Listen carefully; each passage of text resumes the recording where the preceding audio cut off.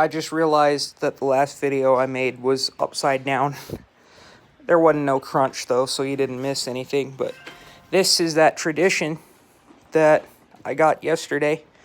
Rebuilt it last night, stayed up all night, got her nice and shiny. Didn't fight the M-Tur as usual, but what I intend to do, this is a disposable bag. Everyone's like, oh, the disposable bag is so bad. It's worse than the shakeout. Oh, the disposable bag. I don't care. I'll either stick with the one it's got. I mean, it was good for everybody back in 1980 when this one was made. And, yeah. If worse comes to worse, I'll just get a Heritage Mini M-Tor and stick one of those on there and use a twist style filler neck. But anyway, since my last video was upside down,